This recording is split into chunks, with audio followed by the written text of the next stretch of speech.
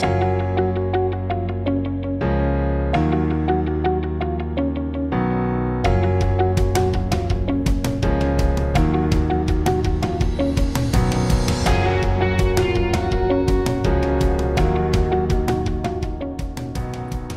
sejahtera, saudara-saudara yang terkasih.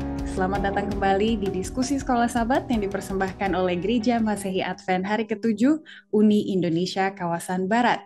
Memulai kuartal keempat di tahun 2022 ini, kita akan sama-sama belajar mengenai kematian, hampir mati, dan juga harapan untuk masa depan. Oleh karena itu, dengan pelajaran yang baru, background kami juga baru. Semoga semangat dari para pemirsa sekalian juga baru selama 3 bulan terakhir di tahun 2022 ini. Selama kuartal ini, kita akan menyelidiki lebih dalam mengenai kematian. Sesuatu pengalaman yang menyakitkan, tetapi kali ini kita akan melihatnya melalui lensa pengharapan yang ditawarkan kepada kita melalui Yesus. Karena pada mulanya kita diciptakan untuk kekekalan, tapi ada dosa, maka ada kematian, segala hal di dalam kehidupan ini menjadi tidak pasti, tetapi jangan kita lupa ada pekerjaan Allah yang mengusahakan supaya kondisi kita kembali seperti semula. Ada harapan dan kekekalan bagi kita semua.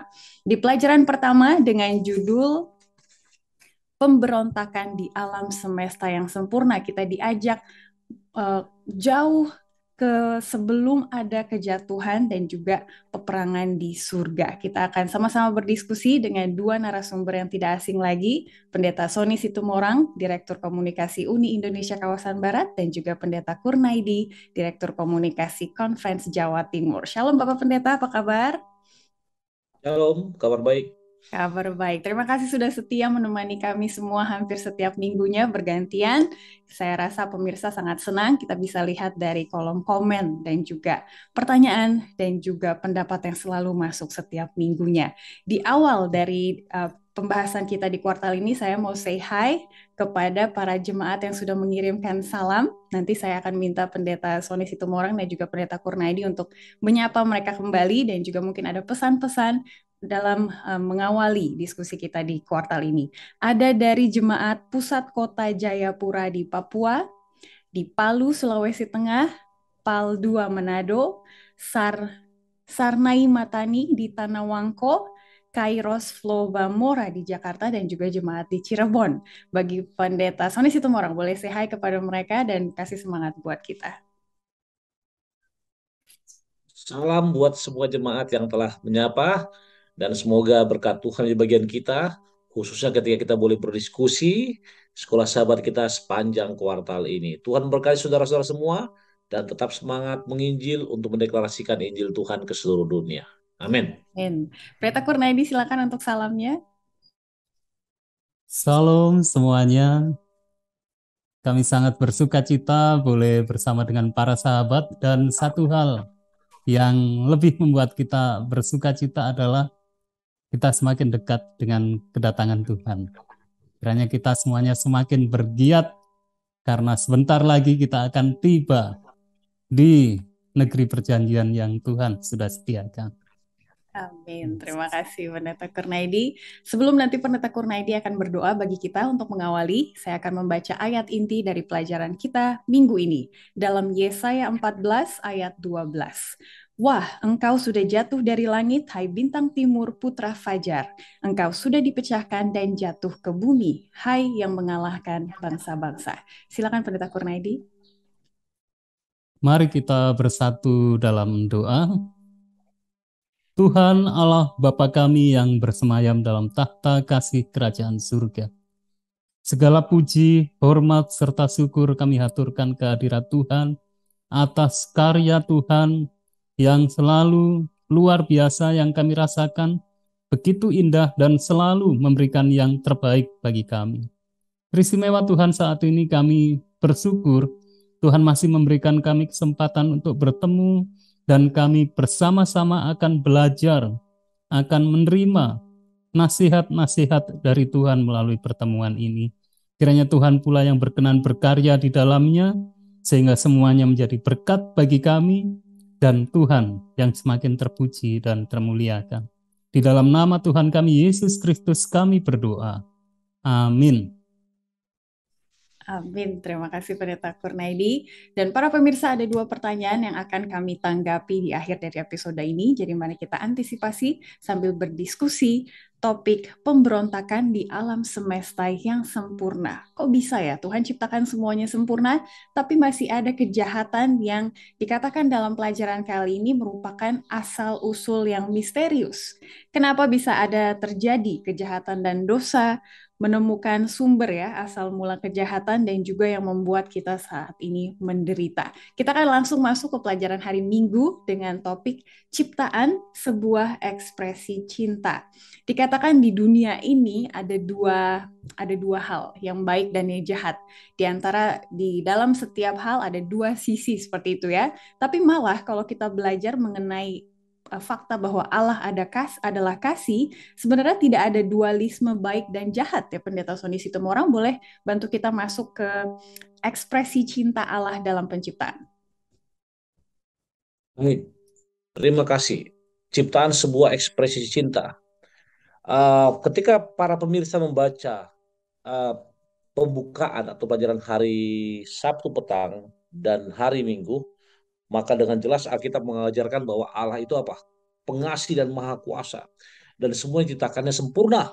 Bahkan dikatakan lagi bahwa hal itu tercoreng ketika pada Kejadian pasal 3 Adam dan Hawa jatuh ke dalam dosa. Nah, kemudian penulis pelajaran, saya selalu singgung penulis pelajaran ini, Alberto Tim, yang baru diangkat menjadi ketua dari Biblical Research Institute di GC, baru diangkat minggu lalu saudaraku, mengekspresikan Kejadian pasal 1 dikombinasikan dengan Matius pasal 13 sebagai suatu tatanan kalimat yang sangat bagus. Kenapa? Ekspresi cinta Allah merupakan suatu ciptaan yang sempurna. Namun pada akhirnya ada dua kekuatan besar, saya katakan besar. Yang pertama, yang baik dan yang jahat. Bahkan penulis pelajaran mengarahkan pelajaran ini sebagai pembukaan kepada satu perumpamaan. Jadi para pemirsa di rumah, saya mau sampaikan kenapa sampai Yesus memberikan perumpamaan. Dia tidak mengajar orang dengan khotbah ekspositori.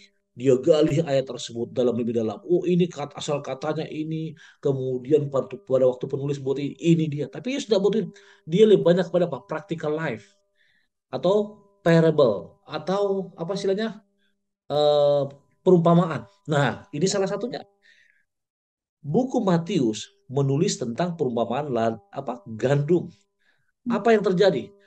Penanam gandum atau pemilik lahan menanam benih yang baik.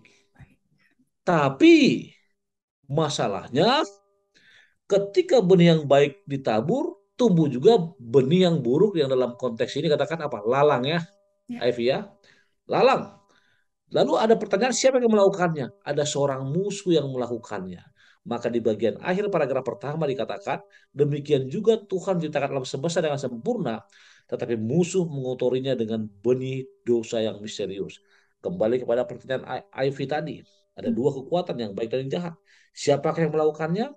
Kejadian pasal 1, 2, 3 sangat jelas mengatakan, ada seseorang yang merupakan ekspresi dari ayat hafalan ini, yang jatuh dari langit, yang melawan Allah. Bahkan dikatakan, engkau sudah dipecahkan dari ke bumi, hai yang mengalahkan bangsa-bangsa. Itu mungkin dari saya. Terima kasih, Ivy. Terima kasih Pendeta sudah mengawali bahwa di dalam Tuhan pencipta kita tidak ada dualisme gitu ya, ada sisi baik dan jahat, tapi Tuhan hanya baik saja, tapi pun kalau ada kejahatan itu dari tokoh yang berbeda, seperti itu. Nah sekarang ke Pendeta Kurnaidi, Pendeta tolong berikan bukti-bukti gitu ya, bahwa kasih Allah dan juga kebaikannya itu dari dulu pada prinsipnya itu ada buktinya Pendeta, dalam bentuk apa saja kasih Allah kepada kita. Iya. Salam sekali lagi, terima kasih banyak Saudari Ivi untuk pertanyaan yang sangat bagus ya ini ya. Apa bukti kasih Allah? Karena pada kenyataannya seperti tadi di dunia ini ada dua hal gitu ya. Begini, dalam hal ini kita perlu melihat secara global, bahkan sejak jauh sebelum Adam dan Hawa itu jatuh, dan sampai nanti di masa kekekalan. Artinya setelah dunia ini berganti. Sebelum Adam dan Hawa jatuh, ada satu peristiwa yaitu mengenai jatuhnya Lucifer. Dan pada waktu itu sebenarnya Tuhan menciptakan Lucifer termasuk itu adalah makhluk yang sempurna, tidak ada di sana hal yang jelek. Dan tadi sudah disampaikan oleh Pak Pendeta Sony Situmorang bahwa penciptaan itu adalah ekspresi kasih. Jadi saat Tuhan menciptakan Lucifer itu juga ekspresi kasih Tuhan. Tidak ada yang lain selain kasih. Itu. Nah, kemudian Lucifer timbul satu pemikiran atau satu hal dalam dirinya sehingga dia kemudian dikatakan ini misterius. Kenapa misterius? Karena di satu lingkungan yang sempurna, yang penuh kasih, dan Lucifer ini juga sebagai pernyataan ekspresi ya kasih Allah.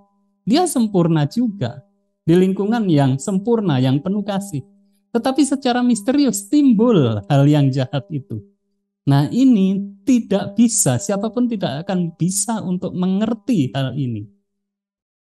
Tuhan dalam hal ini tidak pernah mencetuskan dosa. Tuhan dalam hal ini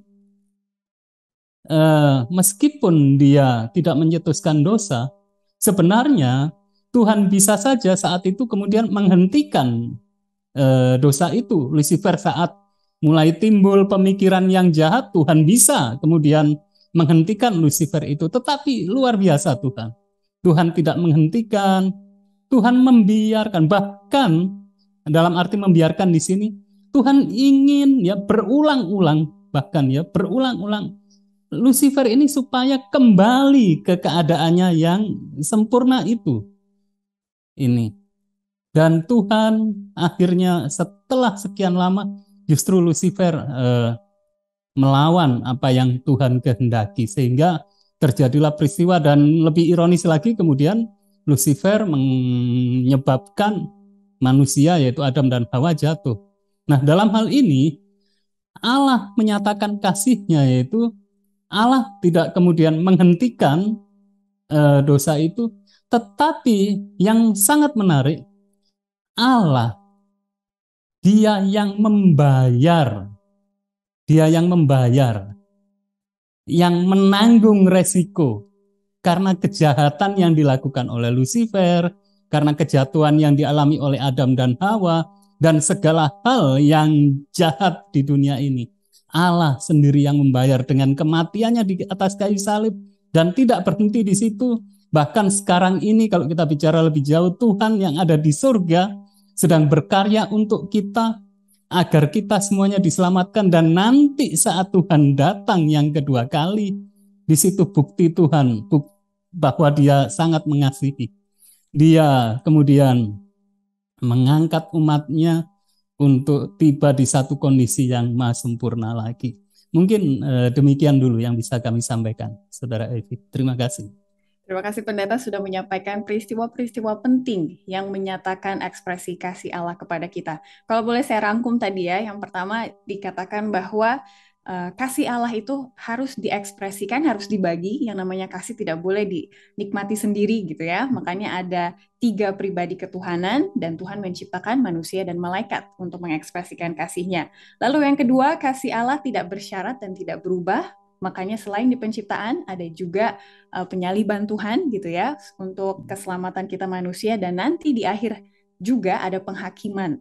Itu yang belum kita alami bersama. Dan yang ketiga adalah bahwa kalau Allah adalah kasih, maka bukan dialah pencetus dosa. Dan sudah ada tadi buktinya, ada Lucifer dan lain-lain. Dan itu semua menyatakan bahwa Allah itu adalah kasih. Sebelum kita lanjut ke hari Senin, ada satu pertanyaan menarik di hari Jumat nomor 4, Pendeta Sony Situmorang. Jadi kalau boleh saya gabungkan dengan hari Minggu, pertanyaannya kira-kira adalah seperti ini. Itu kan pada dasarnya yang tadi itu ya, 3 hal yang menyatakan bahwa Allah adalah kasih. Tapi hari ini, bagaimana kita bisa melihat ekspresi kasih Allah dalam ciptaannya, walaupun kita tahu dunia ini sudah hancur gitu ya. Tapi adakah hal-hal yang bisa menyatakan bahwa Allah itu adalah kasih walaupun dalam kehancuran ini? Silakan Pendeta. Terima kasih. Dalam situasi yang hancur lebur, oh ya cawan kemarin cawan lebur ya, sekarang hancur lebur. Ya. Apakah ada bukti bahwa Allah adalah kasih? Nah, Hmm.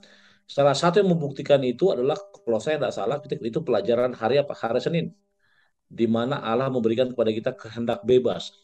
Yang kalau didefinisikan mungkin apa? Allah memberi manusia kesempatan untuk membuat pilihan yang betul-betul mempengaruhi nasib mereka.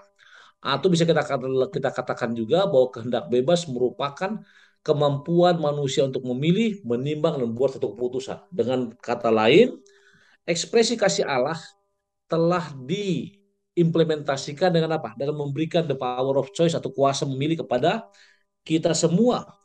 Bahkan dikatakan, tapi nanti hari Senin ini ya, kita tidak di program seperti robot yang mau mengikuti apa yang tuannya mau. Tapi apa? Dia berikan. Kalau kamu mengasihi aku, kamu akan menuruti perintahku. Dan itulah bukti, salah satu bukti bahwa Allah adalah kasih. Bahkan nanti, mungkin di 1 Yohanes 4 ayat 7-16, elemen kasih itu digariskan Yohanes dengan apa yang telah disebut pada saat itu. Ketika Ivy mengatakan apakah ada bukti, itu mungkin bukti yang saya bisa berikan pada saat ini. Terima kasih Ivy. Terima kasih Pendeta sudah memperkenalkan kita dengan topik di hari Senin gitu ya. Dan juga selain nanti kedua pendeta akan tambahkan, kita masih bisa melihat ekspresi kasih Allah dalam kasih yang kita lihat atau kita rasakan dari orang lain gitu ya. Yohanes 13 ayat 35, kalian akan tahu aku melalui kasih yang kalian ekspresikan kepada satu sama lain, dan juga dari penciptaannya. Walaupun dunia sudah makin buruk, tapi masih ada ya alam yang indah-indah yang bisa menguatkan dan juga mengangkat hati kita lebih dekat kepada Tuhan. Terima kasih. Masuk ke hari Senin, saya berikan kesempatan lagi untuk Pendeta Sony Situmorang untuk menambahkan tadi yang sudah dimulai mengenai kehendak bebas adalah dasar dari kasih Allah. Silakan Pendeta. Baik, tadi saya telah singgung bahwa kehendak bebas merupakan salah satu implementasi dari kasih Allah, Ya. di mana kehendak bebas tersebut merupakan suatu ekspresi manusia untuk memilih, menimbang, dan membuat sebuah keputusan. Atau dengan kata lain, Tuhan memberikan kehendak bebas ketika menciptakan manusia dengan firman, dan itu masih kita miliki sekarang ini. Lalu, kehendak bebas dasar dari kasih menurut buku pelajaran sekolah sahabat kita paragraf kedua, mungkin Ivy bisa baca paragraf kedua Ivy. Dalam 1 Yohanes 4 ayat 7-16, Rasul Yohanes menggarisbawahi bahwa Allah adalah kasih dan bahwa Ia menyatakan kasihnya kepada kita dengan mengirimkan anaknya sendiri untuk mati bagi dosa-dosa kita. Oleh karena itu, kita harus mengungkapkan rasa syukur kita atas kasihnya yang tak terbatas dengan saling mengasihi. Kasih seperti itu yang berasal dari ilahi akan menjadi bukti yang paling meyakinkan bahwa Allah tinggal di dalam kita dan bahwa kita tinggal di dalam Dia. Lanjut, Pendeta. Lalu sedikit lagi sampai Lucifer. Oke, seruan untuk mencerminkan kasih Tuhan kepada satu sama lain masuk akal hanya jika ditujukan kepada makhluk yang dapat memilih untuk memupuk dan mengekspresikan kasih itu, atau sebaliknya, menjalani kehidupan mementingkan diri sendiri. Namun, kebebasan memilih dapat dengan mudah disalahgunakan. Fakta menyedihkan ditunjukkan dalam pemberontakan tragis Lucifer di surga. Baik, terima kasih. Saudara bisa melihat bagaimana ekspresi kehendak bebas tersebut boleh ditumpahkan di tempat ini. Dikatakan Allah adalah kasih sehingga dia rela mengorbankan anaknya yang tunggal. Saya mau informasikan kepada para pemirsa, kenapa Tuhan menggunakan kalimat anaknya yang tunggal. Karena ini merupakan bahasa manusia untuk menunjukkan kasih yang sebenarnya. Di mana tidak seorang pun manusia di dunia ini yang mau mengorbankan anaknya untuk satu hal. Benar demikian ya. Jadi Tuhan menggunakan ekspresi atau kalimat itu, dan itu yang dikutip oleh Alberto Tim, PhD ini, untuk menyatakan bahwa apa? Inilah ekspresi kasih Allah tersebut. Dia memberikan segalanya, bahkan harta paling berharga, hanya untuk manusia. Dan sebagai bukti pengorbanan tersebut, dan kita menerima kasih karunia-Nya, maka dikatakan kita pun harus mengimplementasikan kasih itu satu sama lain. Otherwise katanya apa? Bagian akhir dikatakan, Anda akan mengikuti apa yang ditunjukkan Lucifer pada waktu pemberontakan di sorga. Jadi kehendak bebas itu diberikan karena Allah mengasihi kita, dan itu harus kita gunakan sebagai cerminan kasih Tuhan kepada kita dengan mengasihi satu sama lain. Terima kasih, Aiful. Ya, terima kasih Pendeta sudah jelas sekali mengenai kehendak bebas dari dasar kasih. Kalau dikasih kebebasan untuk memilih, maka kata lainnya yang mengikuti adalah tanggung jawab. Begitu ya Pendeta Kurnaidi, kita diberikan kebebasan memilih tapi ada tanggung jawab. Tapi ini yang menjadi pertanyaan sejuta umat. Di mana tanggung jawabnya Tuhan karena sudah menciptakan Lucifer dan lain-lain gitu ya. Masih saja dipertanyakan gitu, apakah Allah bertanggung jawab dan lain-lain. Padahal tadi Pendeta Kurnaidi maaf sudah menjelaskan bahwa ada kayu salib gitu ya sebagai salah satu tanggung jawab Allah kepada kita. Silakan Pendeta Kurnaidi, boleh ditambahkan lagi? Iya, terima kasih Saudari Ivi. Jadi inilah Allah ini maha sempurna. Dalam arti kasih-Nya ini tak terbantahkan. Bahkan ketika Tuhan waktu itu bukan karena Tuhan yang menjadikan trouble, tetapi Tuhan tetap maha sempurna, Dia yang bertanggung jawab. Kalau dihitung-hitung misalnya secara keadilan manusia, harusnya yang membuat trouble itu yang bertanggung jawab. Ya. Tetapi Tuhan luar biasa. Tuhan yang menciptakan semuanya sempurna, bahkan mengupayakan agar yang bersalah itu kembali baik, tetapi yang bersalah itu tetap memilih untuk memberontak, untuk bersalah, dan mengakibatkan yang lain lagi bersalah lagi. Tuhan, tanggung jawabnya Tuhan. Biarlah aku yang menanggung dengan cara, bukan dengan cara yang tanggung-tanggung juga. Tadi Pak Pendeta Sony Situmorang menyatakan memberikan anaknya yang tunggal itu sebagai gambaran sebenarnya dirinya sendirilah yang dikorbankan, yang bertanggung jawab untuk itu, yaitu dengan cara mati di atas kayu salib. Dan kalau kita bicara lebih jauh tentang keadilannya, saat ini Tuhan ada di surga, Dia sebagai imam besar, Dia membawa korban yaitu dirinya sendiri sebagai bukti tanggung jawabnya, sehingga siapapun yang bersalah asalkan bertobat kembali ke kondisinya yang sempurna. Demikian yang bisa kami sampaikan, Saudari Ivi. Terima kasih. Ya, sudah ditambahkan dengan jelas sekali. Tadi saya suka kata-kata Pendeta Kurnaidi, kalau bertanggung jawab jangan tanggung-tanggung gitu ya. Contohnya adalah Yesus sendiri ya, all in gitu, semuanya diberikan. Kita lanjut ke hari Selasa dengan judul Rasa Tidak Bersyukur yang Misterius. Jadi di hari Minggu dan Senin kita diajak untuk melihat Allah kita yang adalah kasih. Jadi kita sekarang mengerti mengapa ada Lucifer. Dan dari hari Selasa sampai hari Kamis kita akan belajar dari Lucifer, bukan supaya lebih mirip seperti Lucifer, tapi belajar supaya tidak menjadi seperti Lucifer gitu ya. Dan yang pertama adalah kita tidak boleh mengembangkan rasa tidak bersyukur. Nah, ini Pendeta Sony Situmorang boleh tolong bawa kita ke sana bagaimana rasa tidak bersyukurnya Lucifer itu bisa menjadi pelajaran bagi kita supaya tidak jatuh ke dalam dosa. Rasa tidak bersyukur yang misterius. Nah, pertanyaan pertama, kenapa sampai penulis pelajaran mengambil Yehezkiel pasal 28 ayat 12-19? Ini merupakan satu gambaran mengenai Raja Tirus. Siapa Raja Tirus tersebut? Kalau saudara baca Alkitab, maka Raja Tirus adalah seorang raja berhala yang jahat. Dan ketika saudara baca ekspresi, jadi saya mau para pemirsa buka itu Yehezkiel pasal 28 ayat 2-19, Anda akan lihat bagaimana penulis itu buku Yehezkiel menggambarkan inilah situasi sebenarnya tentang Lucifer tersebut. Walaupun Lucifer tidak disebut dalam Alkitab ya, tapi di King James Version ada kata Lucifer satu kali. Ini berbicara mengenai apa? Mengenai rasa tidak bersyukur yang misterius. Kenapa? Bila mana saudara membaca Yehezkiel pasal 28 ayat 12-19, maka dikatakan bahwa telah terjadi apa? Pemberontakan dari seorang raja dalam konteks itu yang hidup di tengah-tengah laut. Dalam arti mungkin itu mewakili kerub. Namun intinya adalah dari semua ini bahwa engkau tak bercela dalam tingkah lakumu sejak hari penciptaanmu sampai terdapat kecurangan padamu. Dengan kata lain, ini mengekspresikan atau menggambarkan Lucifer. Bahkan saya akan baca sedikit di, tunggu ya, kejadian Yehezkiel pasal 28 ayat 12 sampai 19. Kalau saudara baca 28 ayat 12 sampai ayat yang keempat, yang ke-13, maka di sana sudah dikatakan apa? Sudah kuberikan kepadamu permata, yasmis merah, taman yang indah.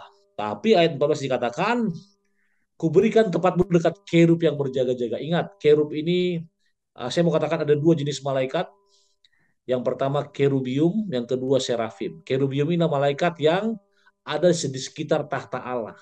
Sedangkan serafim merupakan malaikat yang apa? Menjadi messenger juru kabar yang turun ke dunia menyampaikan kabar-kabar tersebut. Nah, dan kepada Lucifer di sini katakan engkau telah kuberikan tempatmu dekat kerub, yaitu di sekeliling tahta Allah jaga-jaga. Namun dikatakan lagi engkau tak bercela dalam tingkah lakumu, ayat 15, sejak hari penciptaanmu. Sampai kapan? Sampai terdapat kecurangan padamu. Dengan kata lain, pelajaran sebelumnya yaitu kehendak bebas, bahwa kepada malaikat pun Tuhan memberikan the power of choice atau kehendak bebas untuk memilih mana yang baik dan mana yang jahat. Sampai akhirnya ayat 17 dikatakan apa? Engkau sombong karena kecantikanmu. Engkau sombong karena hikmatmu. Dan kumusnahkan demi sembarang kulempar engkau ke bumi. Dan akhirnya itulah dia ada di bumi. Dan saya mau katakan, ekspresi penulis mengenai rasa tidak bersyukur ini diarahkan kepada siapa? Kepada Lucifer. Jangan terlalu panjang nanti, saya kembalikan, mungkin di Pastor Kura akan melanjutkan. Terima kasih. Iya, terima kasih pendeta sudah menjelaskan bahwa Lucifer menyalahgunakan kesempurnaannya karena ada rasa tidak bersyukur di dalam dirinya. Dan menariknya, Rasul Paulus juga menulis di 1 Tesalonika 5 ayat 18 ya pendeta Kurnaidi, bagaimana kita harus mengucap syukur dalam segala hal. Sepertinya Paulus mengerti apa yang terjadi sehingga ada awal kejatuhan gitu. Dan apa pesannya bagi kita sekarang yang suka jarang bersyukur gitu pendeta, padahal udah ada semuanya, akhirnya ada kecemburuan, ada niat untuk menjahati orang gitu ya, karena awalnya kita kurang bersyukur. Silakan pendeta. Iya, terima kasih Saudari Ivi. Dan sebelum itu saya ingin menyampaikan sepertinya rasa tidak bersyukur ini dianggap sebagai sesuatu yang sangat sepele gitu ya. Beda dengan kalau kita membunuh, berzina, mencuri, itu wah ini sesuatu yang bahaya. Tapi tidak bersyukur ini ya nggak apa-apa lah, nggak bersyukur kelihatannya gitu ya. Tetapi sesungguhnya ini merupakan awal dari kejatuhan itu sendiri. Kenapa waktu itu Lucifer, ciptaan Tuhan yang luar biasa itu, dia gantinya bersyukur, dia malah kemudian merasa bahwa apa yang Tuhan berikan masih kurang. Ini sangat-sangat berbahaya. Ketika kita merasa bahwa apa yang diberikan Tuhan ke kita masih kurang, lalu kemudian kita tidak bersyukur, hati-hati. Ini akan menjadikan kita jatuh ke hal-hal yang lain. Dan satu hal yang bisa kita kita katakan sangat perlu untuk kita waspadai. Ini adalah satu hal yang memang misterius. Rasa tidak bersyukur ini satu hal yang misterius yang seringkali ini masuk ke pikiran kita. Dan setan tahu, dia menanamkan hal itu lebih dulu sebelum kemudian mengajak ke hal-hal yang lain. Dan karena orang tidak bersyukur, maka kemudian menjadikan dia ingin mendapat sesuatu yang lebih, lalu dia mencuri. Karena seorang tidak bersyukur, mungkin dalam hal pasangan, akhirnya menjadikan dia berzina. Karena dia kurang merasa bersyukur, akhirnya menjadikan dia untuk mencapai sesuatu yang lebih besar, dia akhirnya berdusta. Dan banyak hal yang lain. Itulah sebabnya Rasul Paulus mengatakan, mengucap syukurlah dalam 1 Tesalonika 5 ayat 18, segala hal. Sebab itulah yang dikehendaki Allah di dalam Kristus Yesus bagi kamu. Segala hal. Apapun yang kita alami, apapun yang kita terima, bersyukur. Dengan bersyukur setidaknya mencegah kita untuk melakukan hal yang jahat. Itu yang bisa kami sampaikan, Saudari Ivi. Amin. Ya, terima kasih Pendeta. Dan para pemirsa silakan didiskusikan di UKSS masing-masing seberapa pentingnya rasa bersyukur yang pernah kita alami dalam kehidupan gitu ya. Karena kalau lupa bersyukur, saya pernah begini gitu. Semoga akan menguatkan jemaat yang ada di gereja Anda. Kita akan lanjut ke hari Rabu. Karena awal ada rasa tidak bersyukur dalam diri Lucifer, maka menuju kepada keangkuhan. Hari Rabu dengan topik harga keangkuhan. Pertanyaan pertama, Pendeta Sony Situmorang di Yesaya 14 ayat 12-15 itu ya. Apa konsekuensi jangka panjang yang dibawa oleh kesombongan Lucifer saat berada di surga bagi alam semesta dan dunia ini? Silakan Pendeta. Ketika bicara konsekuensi itu berarti akibat dari perbuatannya. Ketika berbicara jangka panjang bahwa itu merupakan hal yang terjadi terus-menerus. Dan benar, pelajaran hari Rabu yang mengambil judul harga keangkuhan sangat menyorot hal tersebut. Itu terbukti dengan adanya apa? Perseteruan yang terus-menerus antara kebaikan dan kejahatan. Antara kerendahan hati dengan keangkuhan. Antara hal yang baik dengan hal yang jahat. Lalu apakah konsekuensi jangka panjang dibawa oleh kesombongan Lucifer? Yang pertama, manusia jatuh ke dalam dosa. Dan Pak Roma mengatakan upah dosa adalah maut. Sehingga ketika Lucifer itu dalam dosa dan dia menjatuhkan Adam dan Hawa, maka yang terjadi adalah apa? Adanya konsekuensi yang harus diterima oleh manusia. Hingga nantinya dari pelajaran awal, Yesus apa? Yesus mati. Namun konteks pelajaran hari Rabu, walaupun juga ke sana, mengarahkan kita kepada keangkuhan. Dia katakan Abraham diminta pindah ke Ur Kasdim dan tanah Kanaan. Akhirnya bahkan dikatakan juga ada persaingan antara Gunung Sion, Yerusalem dan juga Babel. Namun saya bisa ambil garis bawahi konsekuensi terjadi turun-menurun Ivy dan juga Pastor Kur menimbulkan apa? Menimbulkan hal yang sangat-sangat bisa saya katakan sangat-sangat tidak baik ya kepada kehidupan dunia ini. Namun di satu sisi hal tersebut menegaskan bagaimana Allah atau Tuhan berkuasa atas bumi ini. Sebagai contoh, kita ingat Nebukadnezar. Nebukadnezar masih ingat saudara? Apa yang paling luar biasa dari dia? Ketika dia menganggap bahwa dia seorang raja yang paling besar. Namun, kita harus ingat, dalam konteks Daniel pasal 3, maka keangkuhannya atau kesombongannya merupakan apa? Satu hal akibat dari dosa yang bisa kita lihat pada saat ini. Sehingga bisa kita katakan, apa konsekuensi jangka panjang yang dibawa kesombongan Lucifer adalah apa? Ini dosa. Dan akibat dari dosa tersebut yang terus mewarnai dunia ini hingga pada saat ini. Itu mungkin dari saya, silakan ditambahkan Pastor Kur. Ya, betul sekali. Jadi kita rasakan sekarang konsekuensi dari keangkuhan tersebut karena kita sudah termakan juga dengan keangkuhan yang diinspirasikan oleh Lucifer. Pertanyaan di paling bawah hari Rabu, Pendeta Kurnaidi, jadi bagaimana caranya supaya kita tidak jatuh? Karena mudah sekali untuk angkuh dan sombong gitu ya. Dan kita diajak untuk melihat salib. Apa yang terjadi kalau kita melihat salib? Apakah tidak jadi sombong atau angkuh? Pendeta Kurnaidi boleh tolong jelaskan di bagian situ. Iya, terima kasih Saudari Ivi. Jadi apa bahayanya ya keangkuhan? Begini inilah manusia diajak keluar dari sifat itu, dari sifat keangkuhan. Diawali dengan Abraham, keluar dari Ur Kasdim, kemudian umat Tuhan keluar dari Babel ya, yang semuanya itu menjadi pesan bahwa baik Ur Kasdim, baik Babel ini hal-hal yang kuat-kuat. Kemudian kalau kita bicara lebih lebar lagi di Daniel ya, di sana munculnya kerajaan demi kerajaan. Ini digambarkan dengan binatang-binatang yang kuat semuanya. Ada macan tutul, ada singa, semuanya menggambarkan kekuatan. Nah, Tuhan mengajak kita umatnya untuk keluar dari semua kekuatan-kekuatan itu dan kita diajak untuk memandang kepada salib. Dengan kita memandang kepada salib, maka kita menyadari sesungguhnya kalau tanpa kematian Tuhan itu, tanpa Tuhan mati di atas kayu salib itu, kita ini tidak bisa berada di sini.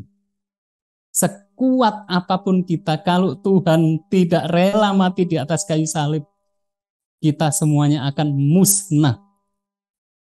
Disitulah kita diajak untuk sadar, sesungguhnya sekuat apapun manusia ini hanyalah makhluk yang fana, hanyalah makhluk yang lemah.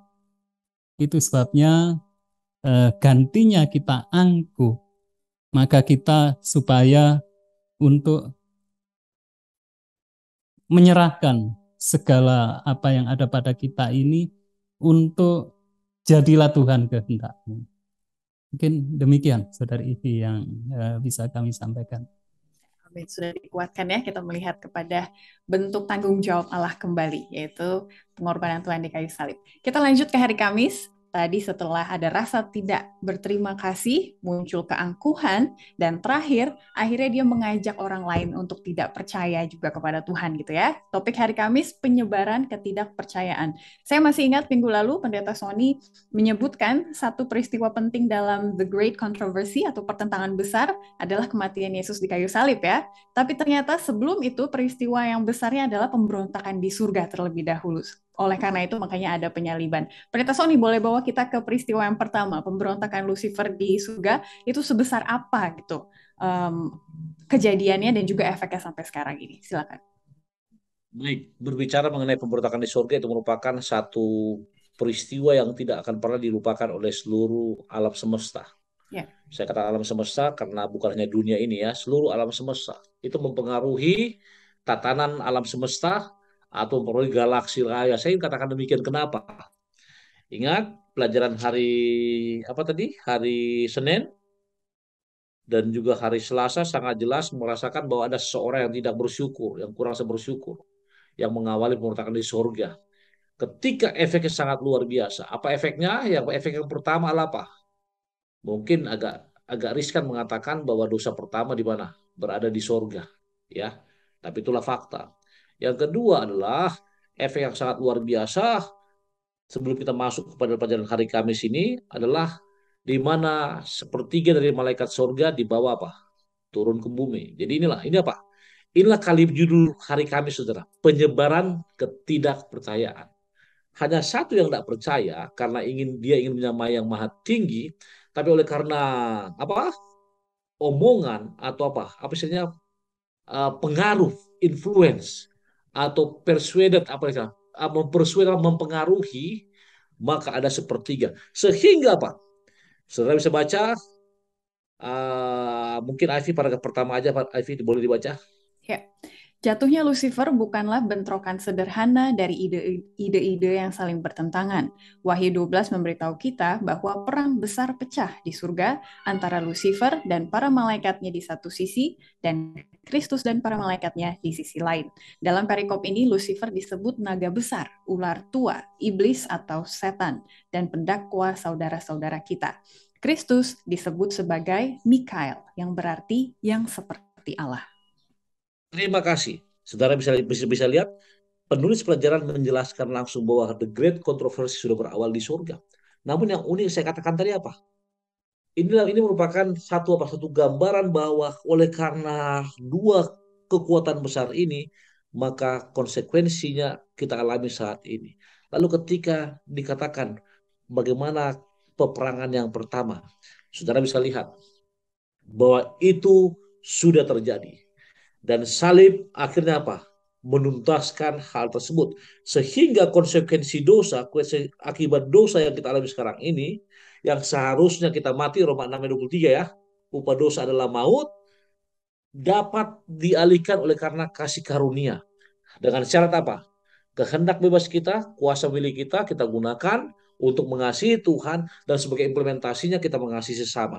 Namun, ada kalimat di sini yang mengatakan bahwa The Great Controversy itu akan berakhir nantinya.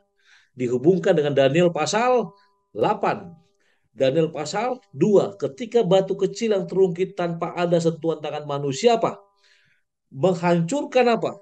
Kaki patung itu, bahkan kepalanya. Atau dengan kata lain, Mikael yang merupakan sang penghulu ini akan apa? Mengalahkan ular tua naga tersebut. Seperti yang sudah dinubuatkan dalam Kejadian 3:18, aku akan mengadakan permusuhan antara keturunan perempuan ini dan keturunanmu. Keturunanmu akan mematuk tumitnya dan keturunan perempuan ini akan meremukkan kepalamu. Inilah asal muasal the great controversy tersebut. Dan sebagai akibatnya muncullah penyebaran ketidakpercayaan terhadap siapa? Eksistensi Allah sebagai pencipta langit, bumi, dan segala isinya. Lalu apa yang terjadi? Pilihan di tangan Anda. Apakah Anda ikut si naga tua, si naga itu, bukan, si naga tua itu, atau ular tua itu, atau saudara mengikuti Mikael, atau yang seperti Allah yang melambangkan siapa? Surga, atau penghuni surga, atau Yesus sendiri. Itu dari saya, nanti dilanjutkan oleh Pastorku. Ya, sudah lengkap sekali, sudah bisa menjawab pertanyaan nomor 2 di hari Jumat juga. Pemirsa boleh lihat sendiri ya. Nah, sekarang pertanyaannya, kalau sudah ada penyaliban, kenapa masih ada sampai sekarang ya Pendeta Kuria? Ini pertanyaan nomor 3 di hari Jumat. Mengapa dia masih melakukan pemberontakan yang melawan Tuhan? Dan karena itu diadakan di arena bumi gitu ya. Jadi kita jadi ke bawah gitu. Apa sih tujuannya setan masih sampai sekarang melakukan pemberontakan tersebut? Iya, terima kasih Saudari Ivi. Inilah satu hal yang harus kita sadari, yaitu bahwa ada satu kekuatan yang mencoba atau berusaha agar kita ini meragukan adanya Allah yang Maha Kasih.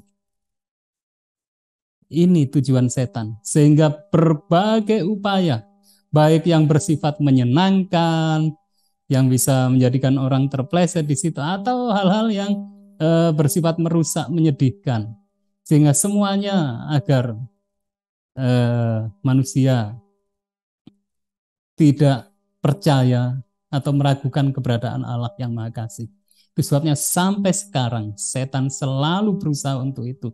Dan satu benteng bagi kita, inilah, hendaknya kita percaya bahwa Allah itu adalah satu oknum di dalam 3 pribadi kealahan yang sangat mengasihi kita, dan oleh karena kasihnya itu kita ada di sini. Dan karena dia mengasihi kita, apapun yang terjadi dalam kehidupan kita, dia tidak tinggal diam dan akan selalu melakukan, memberikan yang terbaik bagi kita. Bahkan kalau bukan di dunia ini, nanti di dunia baru. Terima kasih, Saudara Ivi. Iya, itu pengharapan yang akan kita lihat dari pelajaran ke pelajaran ya. Jadi walaupun topiknya tentang kematian, topik kita tidak akan ditinggalkan gelap atau galau, kalut seperti itu ya. Malah diperkuat dengan harapan-harapan yang akan kita pelajari. Di akhir dari episode kali ini, sebelum kita menjawab 2 pertanyaan dari para pemirsa, saya akan arahkan konklusi kepada pertanyaan nomor 5 di hari Jumat. Jadi Pendeta Sony Situmorang dan juga Pendeta Kurnaidi, bagaimana kita bisa menang melawan tipu muslihat iblis? Karena dalam 1 Petrus 5 ayat 8 dikatakan, iblis berjalan keliling seperti singa yang mengaum-ngaum dan mencari orang yang dapat ditelannya. Pendeta Sony Situmorang boleh mulai terlebih dahulu. Terima kasih. Untuk menjawab ini saya akan bacakan, atau tolong Evi bacakan paragraf kedua bagian A aja, hari Jumat. Ya. Sejak mula pertama, ya, Allah dan Kristus sudah mengetahui kemurtatan iblis dan kejatuhan manusia oleh kuasa tipu daya pendurhaka itu. Allah tidak merencanakan supaya dosa ada, akan tetapi melihatnya lebih jauh sebelum dosa itu lahir, lalu mengadakan persiapan guna menghadapi peristiwa yang mengerikan itu. Baik, terima kasih. Kalimat persiapan. Ini merupakan jawaban yang akan saya berikan bagaimana supaya kita bisa senang melawan tipu muslihat iblis. Ketika saudara baca bahwa ada Tuhan pun punya persiapan, bahkan dikatakan lalu mengadakan persiapan guna menghadapi peristiwa itu, maka kita pun perlu bersiap. Bersiap untuk apa?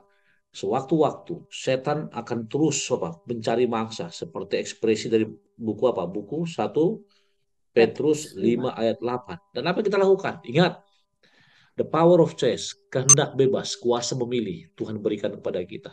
Masalahnya adalah apakah kita akan mengikuti si naga itu atau kita mengikuti Mikael atau Yesus Kristus sendiri.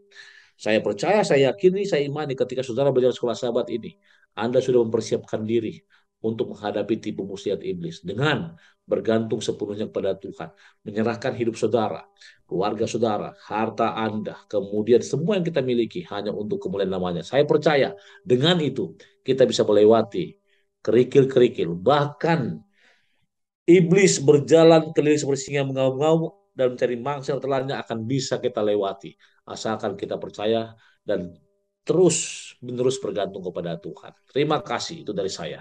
Terima kasih. Memang keputusan sehari-hari itu dari kebiasaan yang kecil ya Pendeta akan mempengaruhi keputusan kita yang besar. Jadi mari kita berlatih setiap hari untuk memilih Tuhan. Pendeta Kurnaidi boleh tolong tambahkan konklusi ya. Iya, terima kasih Saudari Ivi. Saya ingin membacakan beberapa ayat yang setelah 1 Petrus 5 ayat 8 dinyatakan demikian. Karena tadi setan berkeliling seperti singa. Ayat 9 menyatakan, lawanlah dia dengan iman yang teguh.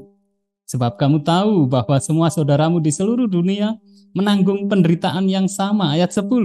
Dan Allah, sumber segala kasih karunia yang telah memanggil kamu dalam Kristus kepada kemuliaannya yang kekal, akan melengkapi, meneguhkan, menguatkan, dan mengokohkan kamu sesudah kamu menderita seketika lamanya. Ialah Allah yang empunya kuasa sampai selama-lamanya. Amin. Jadi luar biasa. Inilah benteng kita.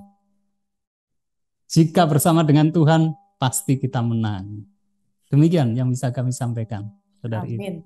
Ternyata jawabannya ada di lanjutan setelah ayat 8 ya. Terima kasih Pendeta Kurnaidi. 2 pertanyaan yang telah masuk saya akan bacakan. Pertanyaan pertama saya tujukan ke Pendeta Sony Situmorang dari akun Manalu Washington. Pertanyaannya adalah, tahukah Yesus bahwa dia akan bangkit pada hari ketiga dari kematiannya? Ini dari pelajaran ke-13 triwulan lalu ya, mengenai Kristus dalam cawan lebur. Silakan Pendeta Situmorang.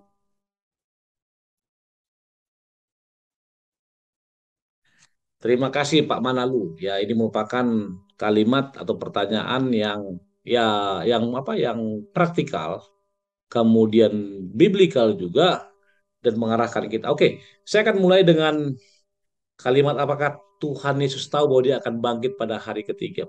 Pernyataan saya adalah ketika Yesus mati, apakah dia sebagai Allah atau sebagai manusia? Banyak statement roh nubuat yang mengatakan bahwa dia tinggalkan semua keilahiannya untuk apa? Untuk menebus dosa. Bahkan karena dia seorang Yahudi, untuk saya baca tadi bahwa menurut tradisi Jewish dikatakan, tradisi Yahudi ya, spirit atau apa kata rohnya, menurut tradisi Yahudi ya, kenapa 3 hari akan tinggal 3 hari di dalamnya menurut tradisi. Setelah itu akan pergi.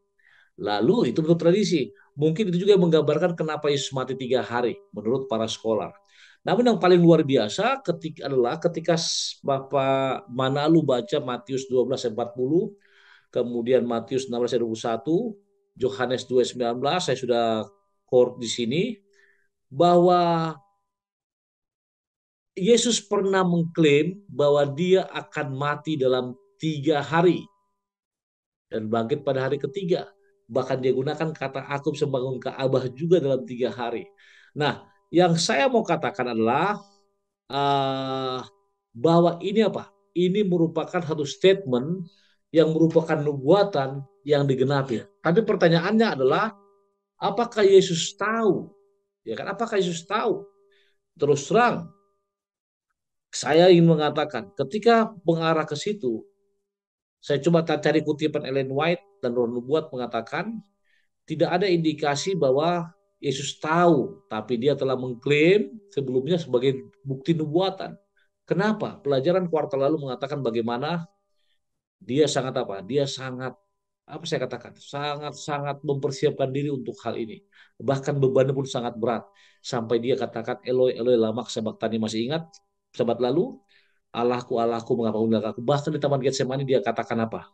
Jikalau boleh kiranya Bapa, ambillah cawan ini daripadaku, namun bukan kehendakku tapi kehendakmu. Lalu ketika pertanyaan Pak Maluat, apakah Yesus tahu bahwa dia akan bangkit pada hari ketiga? Saya ingin katakan, sebagai manusia 100%, dia sudah tahu. Tapi dia pernah mengklaim di nubuatan dari ayat yang saya katakan tadi, bahwa akan ada bangkit pada hari ketiga. Jadi sekarang kesimpulannya kepada kita masing-masing.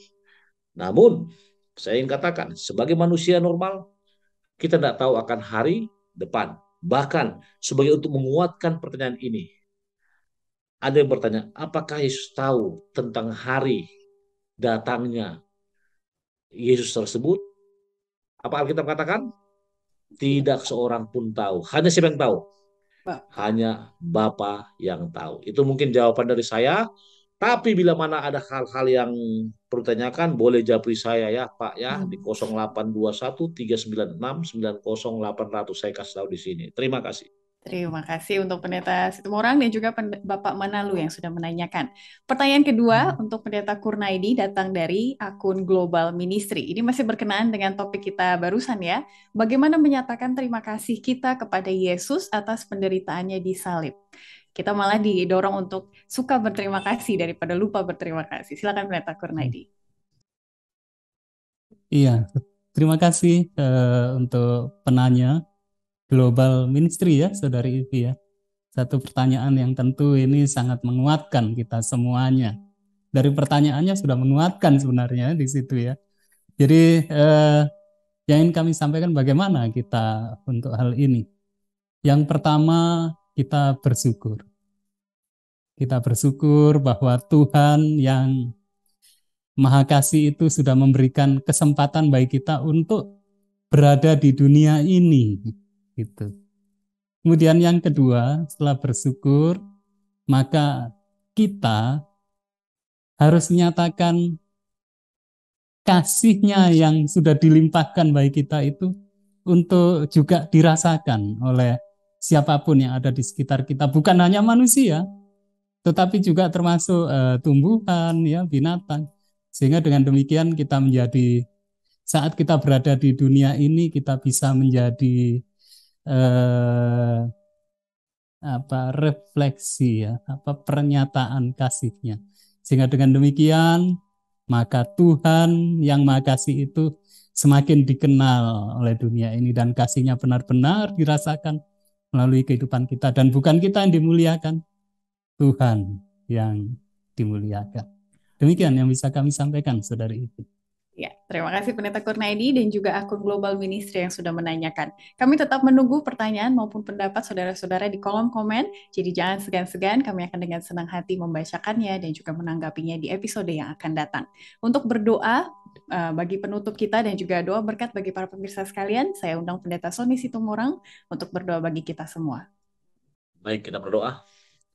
Bapa Semawi, terima kasih Tuhan karena pelajaran yang indah, boleh membuka mata hati rohani kami untuk melihat bagaimana pertentangan pertama dan juga ekspresi kasih Allah kepada kami manusia, walaupun kami oleh karena kejatuhan Lucifer tidak dapat mengungkapkan rasa syukur tersebut dengan kejatuhan ke dalam dosa. Namun kami boleh melihat Bapa, bahwa ini merupakan pelajaran dan merupakan satu pencerahan yang baik bagi kami untuk persiapkan diri kami dalam menghadapi setan yang berkeliling seperti singa yang mengaum-ngaum.